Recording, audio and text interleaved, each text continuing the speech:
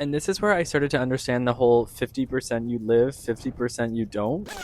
Good morning from the Ha Giang Loop. It is day 2 of riding the Ha Giang Loop in Vietnam, and today is actually our longest distance day, so after a quick breakfast, we got up and on the bikes right away. I've noticed right away there is quite a few stops for the drivers to unwind, for us to get another coffee, which I appreciate, use the washroom. Also, how cute is this video of Mackenzie and her Easy Rider? But with Ha Giang Motor Ventures, we're really only on the bike for like half an hour spurts, which I thought would be a lot longer.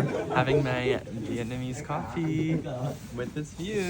If you know me, you know I'm a coffee fiend, and I've literally had to cut myself off at like 3 a day. We saw even more of the old crops burning today, and one of my favorite parts of our tour so far has been getting to venture off the beaten path a little more and see real, authentic life along the loop, along with getting to see the iconic sites that you know from social media. Quick gas station fill up. We've just arrived at this viewpoint overlooking this lovely town. This is like the biggest town city we've seen so far, and now we're gonna head down into it to get some lunch. And this is where things get interesting. We headed down probably the sketchiest road we've been on so far, literally on the edge of a cliff, but I felt very safe in Sen's capable hands. And it was actually really interesting to hear about the sacrifices people have made and lives they've given to make these roads as drivable as they are today. We headed on to a mini boat cruise of the Nho Kay River, another really well-known site along the loop. Back on the bikes. And at this point, I still didn't know we had to go back up the sketchy road. I am feeling my lunch right now. We all needed a break at this point, so we stopped to get a coffee, and I was really confused how these people were carrying their guitars along the loop before making one final stop at a very special viewpoint.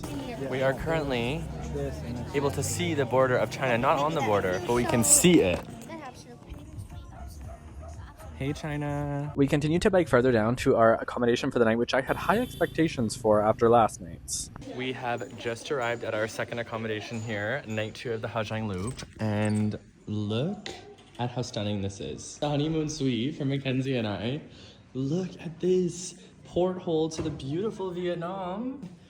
Bathroom. Ooh, this is nice. Lots of extra towels. Nicht schlecht, I've learned from our German friends on this trip, so it means not bad. I did some well-needed shoulder and neck stretches, which is surprisingly the only area I've really been feeling sore in, before we headed into town for Dinner time. Dinner time. And you guessed it, some happy water and some karaoke.